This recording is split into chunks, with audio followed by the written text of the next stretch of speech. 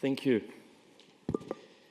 Ladies and gentlemen, excellencies, honorable guests, I'm very glad to be here with you today in this beautiful and vibrant city of London, this beautiful university, which really makes us want to come back to school again. And also I'm very, very glad to be part of this set of experts, policymakers, students from all the MENA region. And such events are very important, I think, because what you really need in our region is more collective intelligence. Individually, we are very good, but collectively, we need, I think, more work to do to be in a collective intelligence system. So maybe I will just try by introduce myself and our ministry and what we are doing. I am at the government since 2020. I've been appointed as a deputy minister and then as a minister. I come from a entrepreneurship background. I am a startup founder myself. At some point in Algeria, we decided to have some outsiders inside the government, and I think I am some kind of outsider. I also have a PhD in medicine, and I'm also doing a doctorate in public policies. At the government, we mainly emphasize our work in entrepreneurship and innovation, and I believe that our ministry is in the crossroads of the new vision of the Algerian economic model. And like all the other countries in the MENA region, and especially countries which have an economy that is highly dependent on hydrocarbon, our goal is to go from a resource-based economy to a knowledge-based economy. So as I said, I come from the private sector. I have been appointed at the age of 26. I am kind of getting old now. I'm 30 currently. My ministry is, I like to call it startup because the ministry itself is a kind of startup, mostly made of talented people from the private sector, from the academia, with an average age of 29. So I'm not the youngest one at the ministry. Actually, I'm maybe the oldest one. And our focus on a daily basis is to put in place new public policies aimed at encouraging entrepreneurship, innovation, and disrupting the regulatory framework and the legal framework in Algeria to help entrepreneurship to thrive and to access to incentives and also to capital. You know, knowledge economy has been a very important topic in Algeria since the last, decade.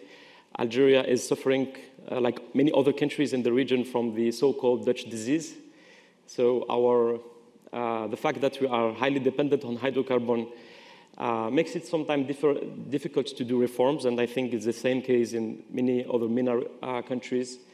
And the fact that today we are aware of the importance of switching from a resource-based economy to a knowledge-based economy, and that we are doing this the Algerian way by creating a dedicated ministry for that, I think is a good proof of the political will of our government to move to a more, I would say, ambitious and sophisticated economy. I will maybe start by asking a question for you. And the question is very simple. Do you know Algeria? But do you really know Algeria? You know, yesterday we had a flight from Algiers to London. And you would be surprised to know that a flight from Algiers to London is actually shorter than a flight from Algiers to some other cities inside Algeria. Algiers to London is 1,700 kilometers. Algiers to Tamanrasset, which is a city in the south of Algeria, not even the southest point of Algeria, is 1,900 kilometers. So we are the largest country in Africa. We are the third economy of Africa, according to IMF recent report, after South Africa and Egypt. We are also the third country when it comes to Human Development Index. The first country when it comes to public expenditure on education. Education in Algeria is free. We have 12 million people currently between universities and schools, which means more than a third of Algerians today are in schools or universities and can access to free education. And with all this potential, we have currently an economy that is driven by non-hydrocarbon sectors. So currently, the economic growth in Algeria is more driven by non-hydrocarbon sectors than by hydrocarbon sectors. And that's maybe a proof of the way the Algerian economy is changing and the effort that the government is doing now to maybe go, as I said, to a knowledge-based economy. And to do that, we have been, in the last few years, we have been implemented a lot of public policies aimed at encouraging entrepreneurship and innovation. So to maybe explain this in a very simple way, if you want to go for a more diversified economy, and I think it's the common struggle we have in all the region, we need more entrepreneurs, we need more companies, we need more people taking initiatives and taking risks. So to do that, we have to empower youth. I mean, not by putting them in the government, but by giving them the chance to be entrepreneurs. We need to give them early access to capital. It's very important. We need to make sure that our companies are more competitive. And to be more competitive, they have to be innovative. They have to invest more in research and development. Currently, the average expenditure in research and development in the MENA region countries is about 1% of their GDP. In countries like South Korea, like Singapore, it's more than 4% of their GDP. So one of our challenges is to go from 1 to 3% of our GDP until 2020 and 28. So in the next 3 years, we want to triple the expenditure in expenses in research and development. So we need to push our companies to be more competitive by investing in their core businesses, in their products, in their services. We need also to build bridges between the academia and the industry. And in Algeria, we have been doing a lot of efforts to build those bridges between an academia that has been traditionally very disconnected from the industry to an industry that has been traditionally not that innovative. And to do that in Algeria, we have been also implemented a lot of public policies with the aim of encouraging, entrepreneurship inside universities, creating incubators inside universities, pushing researchers to go out of their comfort zone by creating businesses, spin-offs, startups, and also by providing a lot of support and financial support to all the innovators that come from our universities. 3 years ago, we created the startup fund called Algerian Startup Fund, which is investing something around $400 to $500 million into local startups. The goal is to make it easy for early-stage startups to access to capital, because we believe that in the early stage, access to capital is quite difficult, especially for African startups. And we don't want our startups to go seek for capital outside of our borders, because we believe that we should believe in talent, in local talent, and we should also help them to get opportunities inside the country, and opportunities without capital cannot work. We have been also very courageous at implementing some public policies. So, for example, startups in Algeria are exempted from tax for the 5 first years of their creation. It's becoming a trend in Africa. We have the so-called startup acts. So many countries are today delivering, labels for startups so they can get a tax-friendly system, so they can we can increase the chances to succeed. And of course, we have also to make it easy for entrepreneurs to start their businesses. And I am very happy to say that today, it's in Algeria, through an initiative we launched a few months ago called the Self-Entrepreneurship. It is today possible to start a business in Algeria online in 5 minutes without moving and without providing any documents. Thank you. So we need entrepreneurship and we need talented entrepreneurs that, of course, will be able to help the country to diversify its economy. In Algeria, we traditionally had companies that had like a horizontal growth rather than a vertical growth. So instead of investing in their core activities, they would rather diversify their activities and each time, producing very little added value. So now we are encouraging companies to invest in their core activities.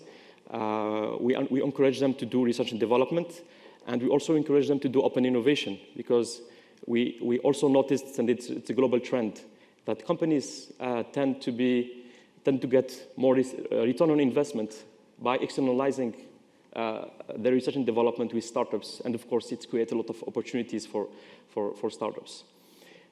Like all the countries in the MENA region, the economy is orbiting around public expenditure and public procurement. So we believe that it can leverage the economy. Most of the technologies you use today have been invented to meet the needs of public needs, sometimes even defense needs.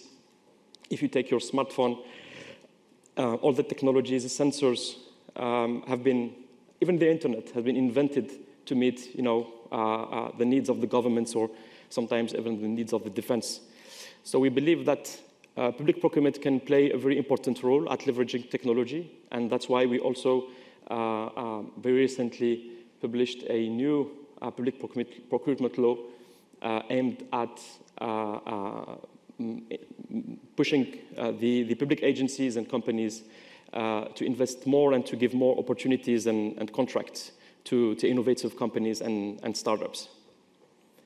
Algeria is also opening its door for the foreign investment. It wasn't the case in the past. Algeria had never been that open for investment. 3 years ago, we published a new investment law, and we are providing a lot of incentives for companies willing to invest in Algeria. We don't see Algeria only as a land of opportunity, but also as the door for Africa.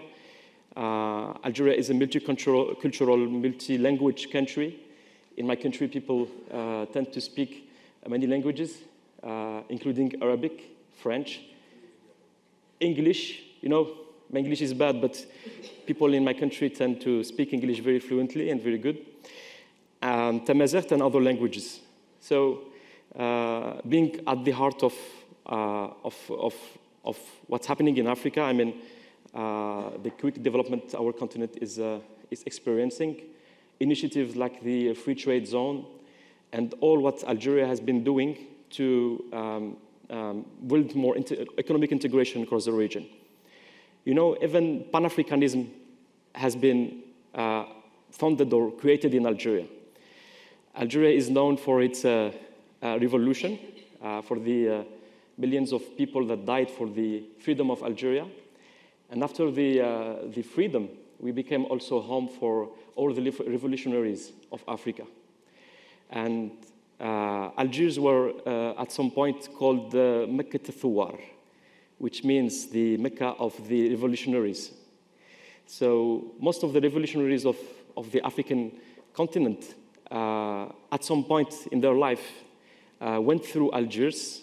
Some of them did the military training, including Nelson Mandela, who used to call Algeria his country. And now we believe that we have another role to play. We have to invest more in integration. What you learned is that there is no economic development without strong economic integration. So we invest a lot in terms of integration. Algeria has been investing, for example, in a Trans-Saharan road that connects Algiers to Lagos, and the Trans-Saharan optical fiber network that also connects Algiers to Lagos, of course, through Niger and Nigeria. We are currently also doing a lot of effort to make the African startup ecosystem a better place for startups. 2 years ago, we started an initiative called the African Startup Conference. So today, it's the largest startup event in Africa, hosted every year in Algiers, gathering tens of thousands of entrepreneurs across all Africa, policymakers, investors. And the goal is, of course, to make Africa a better place for startups, to help African startups to access to capital more easily without the need to seek for capital outside, and also to make their mobility between more African countries more easy. Because we believe that, again, we have a role to play for more integration in our region. Since the creation of our ministry, we learned a lot of things, and we also done a lot of mistakes. I like to say that we have to share our success, but we also have to share our failure, and maybe sharing our failure is more important than sharing our success. So each time I meet with all other policymakers, I like to share, the common mistakes we did, so they can benefit from our experience. So as I said, we learned a lot of things. The first thing maybe we learned is that in the MENA region, we should definitely give more trust in youth. I'm not saying this because I'm young or because I'm in face of an audience that is mainly made of youth, but in our region, we need to change, and our ability to take risks is decreasing with age. I have nothing against old people, but it's a fact. Thank you. I'm sorry.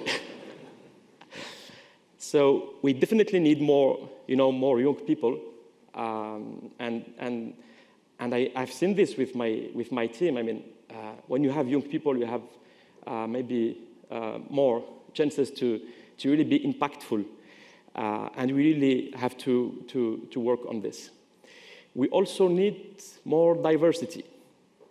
There is a strong correlation between diversity and innovation.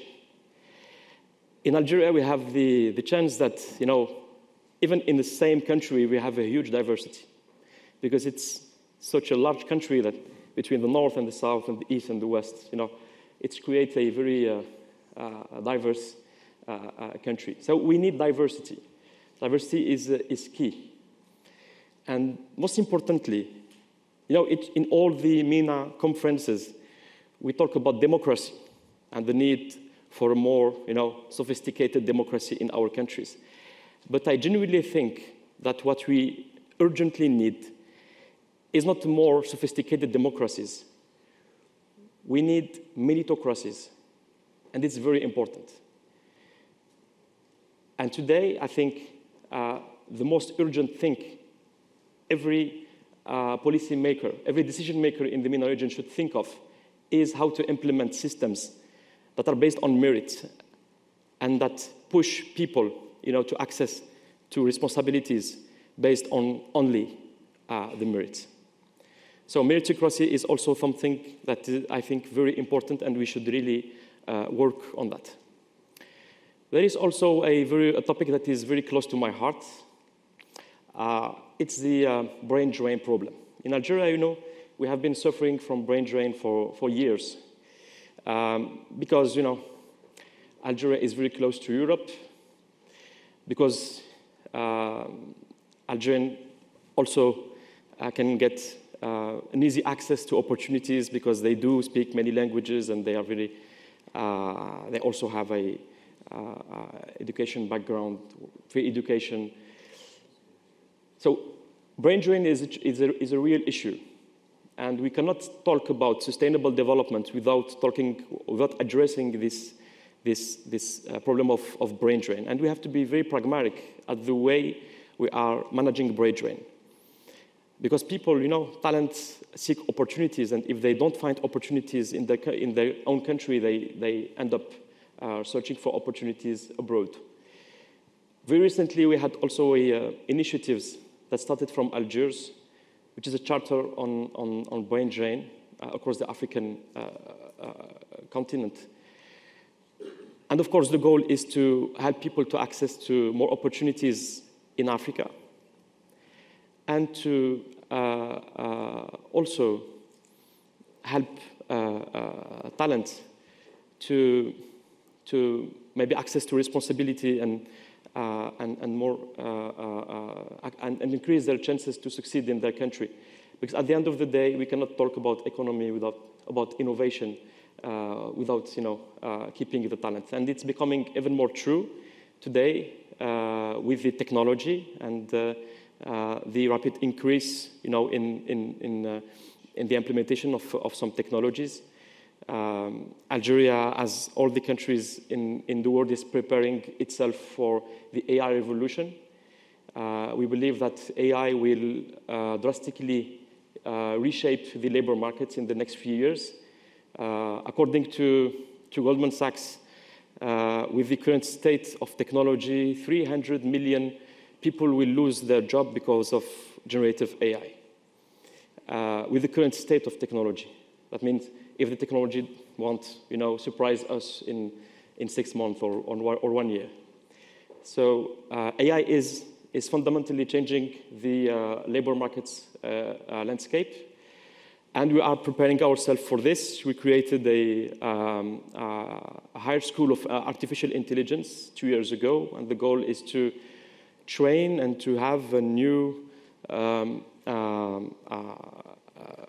generation of data scientists, engineers, AI engineers, for the needs of Algeria in the next few years. So I think we should definitely invest more in AI, make it a top and strategic topic in our agendas, invest in GPU power, in training, help AI startups. AI startups often struggle to get access to market because of the disruptive technologies that they are building. So we should, of course, empower them and support them and help them to have sustainable activities because they are not often in sectors in which they can ever get profitability. We should, as my colleague from Bahrain said, also invest in the energy transition. Energy transition is very important for oil and gas producers, and I do agree with the fact that it should be also a priority for ministers of energy, and in Algeria it's the same thing. The Minister of Energy is also responsible of renewable energy. And currently we are also the country that is investing the most in terms of renewable energy. Recently we announced a 3 gigawatts of investment in renewable energy. We are also investing in smart grids, in microgrids, in lithium batteries, in data storage, in energy storage, because we believe that we are an energy country and we will stay an energy country for at least a decade. And the goal now is to implement more technologies in the energy sector. And there are still a lot of things to do, even for oil and gas producers, and even in the very traditional energy sector, there's still a lot of technology to implement to achieve, net zero, and to, of course, be a provider not only of oil and gas, but a more clean energy for the future. So, as I said at the beginning of my presentation, our ministry is in the crossroads of the efforts of Algeria to drastically change its economic model. We think that we all need, political will to achieve this, because sometimes it's not easy to conduct important reforms when you can benefit from rent.